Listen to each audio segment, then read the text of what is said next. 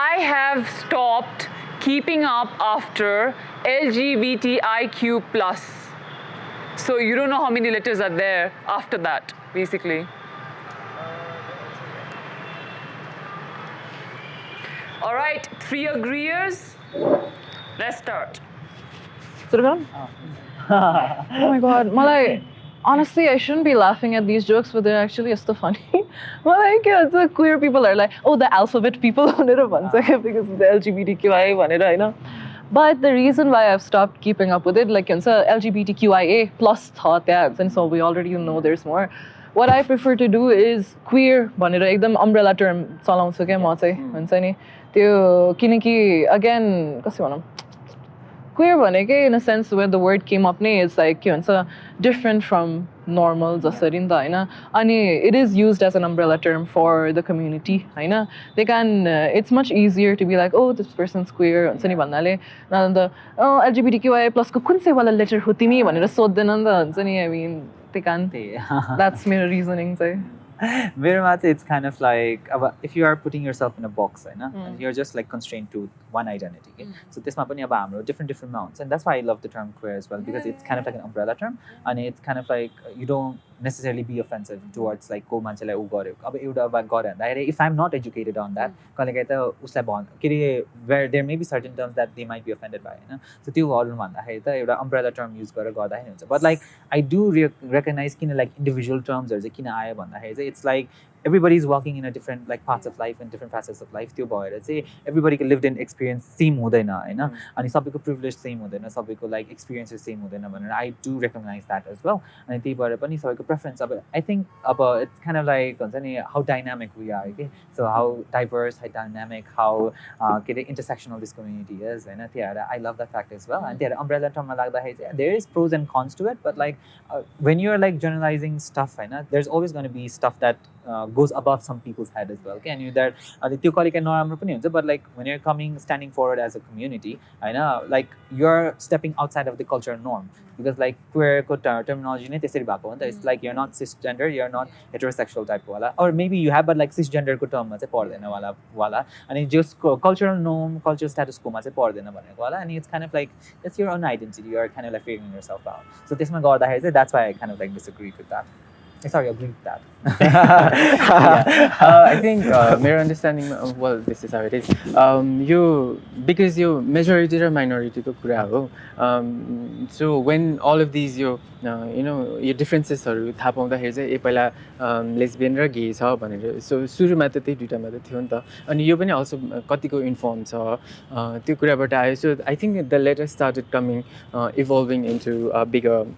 number because of these representations बिस्तारै हुन थालेको हो. अनि I think right now we're in a really good point where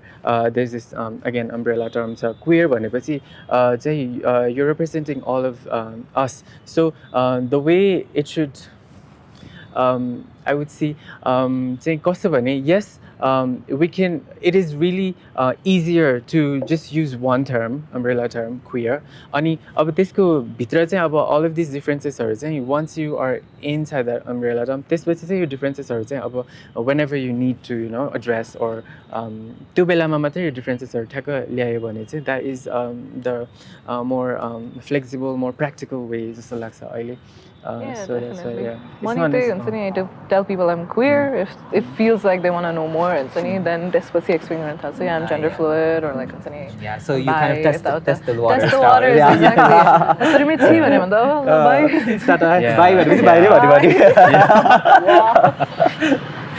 All right, I will disagree. Please request korsu bichama aunako lagi. So from how I understood the prompt, I have stopped keeping up after LGBTQIA+. So I disagreed with that because I feel this sort of responsibility to know as things evolve. And so त्यो हिसाबले पनि मैले चाहिँ okay के भइराछ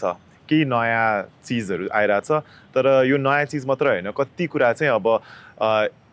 let's say Native American community मा two spirits भन्ने हुन्छ नि त्यो पनि कति terminologies मा जोडिएको छ हैन अनि so त्यो हिसाबमा चाहिँ I always try to educate myself even though अघि मैले धेरै कुरा गरेको थिएँ saying it's not my responsibility but I end up always being in positions where I feel I need to impart more. And so त्यो हिसाबले नै I'm always trying to know more and also recognize कुन शब्द कुन समयबाट आयो कुन शब्द चाहिँ नयाँ हो भनेर र यो अब क्वेयरको शब्द नै कुरा गर्दाखेरि 1960s-70s तिर अब it was a hugely derogatory term अनि अब उमेर अनुसार हामी कुरा गर्यो भने पनि कति मान्छेहरूलाई चाहिँ क्वेयर भन्न स्टिल अहिले धेरै अप्ठ्यारो लाग्छ बिकज उहाँहरूको सायद त्यो रिलेसनसिप विथ द वर्ड चाहिँ उहाँले सायद त्यो रिक्लेम गर्ने ठाउँमा पुग्नु भएको छैन होला तर अब हाम्रो कति साथीभाइहरूले चाहिँ query is how they want to be you know under होइन and represented within and sometimes it's easy as well so त्यो पनि बुझ्न सक्छु एन्ड कम्प्लिटली रियलाइज द्याट यो it's not everybody's responsibility, cup of tea as well. And sometimes it's just like plus त म मात्र कुरा गरौँ मेरो कति धेरै different presentations हुन्छ कहिलेकाहीँ चाहिँ LGBT plus हुन्छ कहिलेकाहीँ LGBTQIA plus होइन अनि त्यही हो तर but I think from my part चाहिँ I try my best to try to keep up and sometimes मान्छे अनुसार I use the different terminologies as well. Yeah, when like I meet someone new and then they're explaining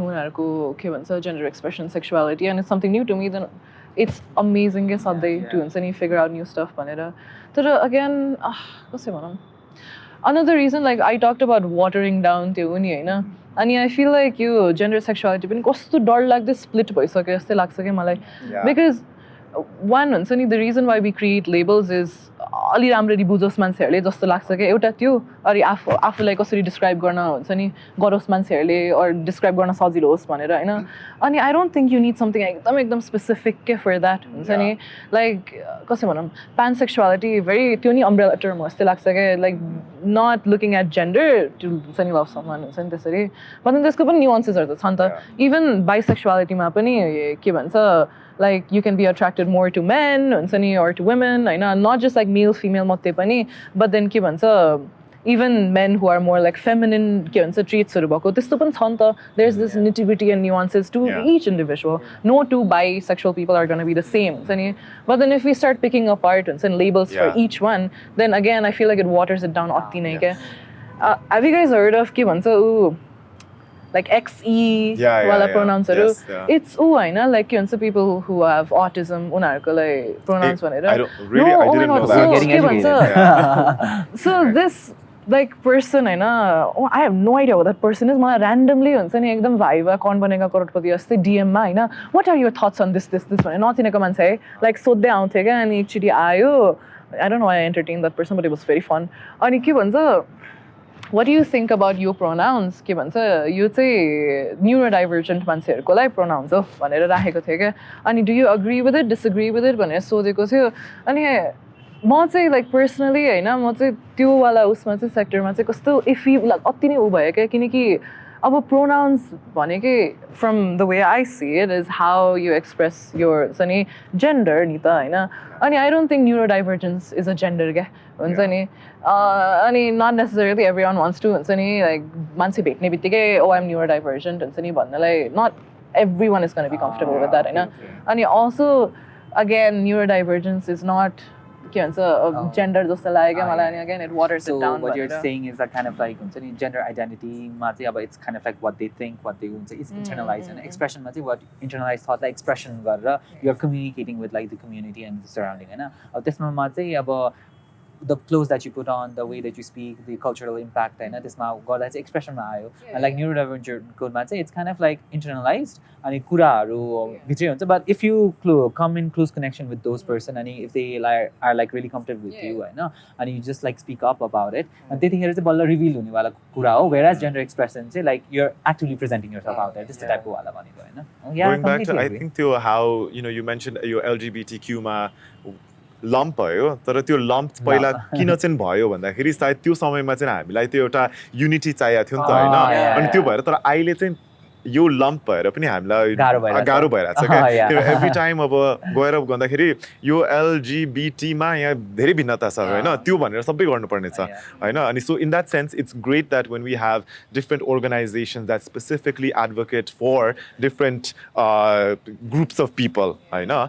so त्यो गरेको पनि मलाई राम्रो लाग्छ अहिले त मान्छे भन्छ नि त तपाईँहरूको कम्युनिटी अर्गनाइजेसन यति धेरै छ भन्ने भन्छ क्या एन्ड आई सेड तपाईँ वरिपरि हेर्नुहोस् न यहाँ नेपालमा चाहिँ कति धेरै मान्छे छ र कति धेरै कम्युनिटी छ त्यो त हो नि त तपाईँहरूले हामीलाई पनि सबै एउटै भनेर ठान्नु पनि मिल्दैन नि त and then when they said like तपाईँहरू कोही पनि भित्र मिल्दैन भन्दाखेरि एन्ड देन बाहिर चाहिँ को चाहिँ मिलेको देख्नु भएको छ होइन अनि इट्स सो अनोइङ क्या अनि तर अहिले त we have to work together but you know it's like I think त्यो पनि रेकग्नाइज गर्नु जरुरी छ त्यही हो आई थिङ्क लाइक सोसाइटीमा हुँदा we are kind of like the minority case होइन माइनोरिटी ग्रुपमा हुँदाखेरि टु फाइट फर राइट्स त्यो हुँदाखेरि चाहिँ develop गरेर so we have kind of like we are not just kind of like echo but a voice भनेर भन्छ नि त्यो त्यसमा गर्नलाई चाहिँ या we do like needed like people from different facets of life who don't identify with the status quo like society ले जुन लेबल गरेको होला हुन्छ नि त्यसको आउटसाइड गर्दाखेरि चाहिँ एउटै कोलेसनमा आएर एउटै भोइस बन्नकोले चाहिँ यहाँ चाहेको थियो but like everybody has like different parts of life हुन्छ नि वर्क्स अफ लाइफ त्योहरू गर्दाखेरि चाहिँ त्यो अगेन त्यो एलजिबिटिक्युआई गर्दाखेरि इट काइन्ड लाइक सेपरेट्स अस पनि